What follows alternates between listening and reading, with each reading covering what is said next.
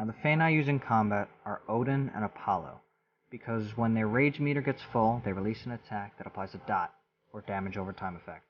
Odin applies a poison, Apollo applies a burn. Now if you don't have these two G6, you can use any Fane that applies a dot when they attack. Here are the skills I use. Fan of Blades and Venomous Daggers are the two most important. Venomous Daggers also applies a dot.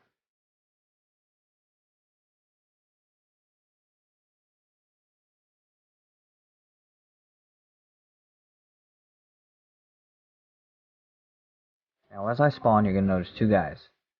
The big guy up at the top, in the red circle, when he hits you, there's a chance he freezes you.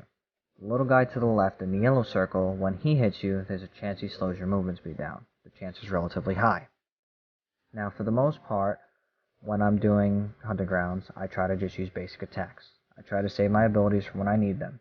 However, with Ambush and Venomous Daggers, I can kind of use them sparingly because their cooldowns are relatively short. When I'm not attacking the mobs trying to escape, I go to the stronger guys, the two I pointed out in the beginning. Because if I kill them, then I don't have to worry about them making things difficult for me anymore.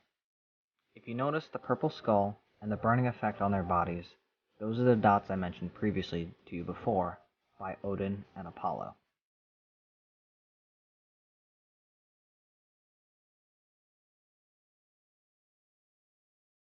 Now if you take a look to the left at the defeated number, when it hits 10 of 30, there's going to be a pig that spawns in the top portal. It'll be underneath a yellow arrow, and there'll be a red circle underneath the pig.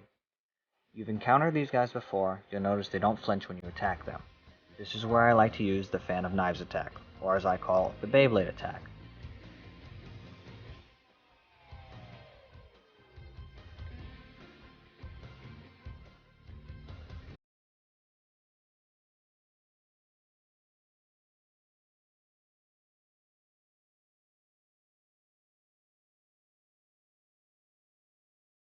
Now if you look again at the defeated number on the left, when it hits 20 of 30, there's going to be another one of those pigs that spawn. This time it'll be the bottom portal, but again underneath that yellow arrow.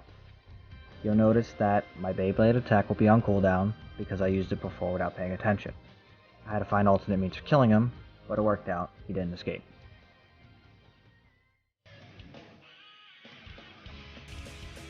Now back to the defeated number again. When it hits 26 of 30, things can be a little different this time. There'll be 4 mobs that spawn nearly simultaneously from both portals, 2 from each. We'll be paying attention to the bottom one underneath the yellow arrow again. He'll spawn second.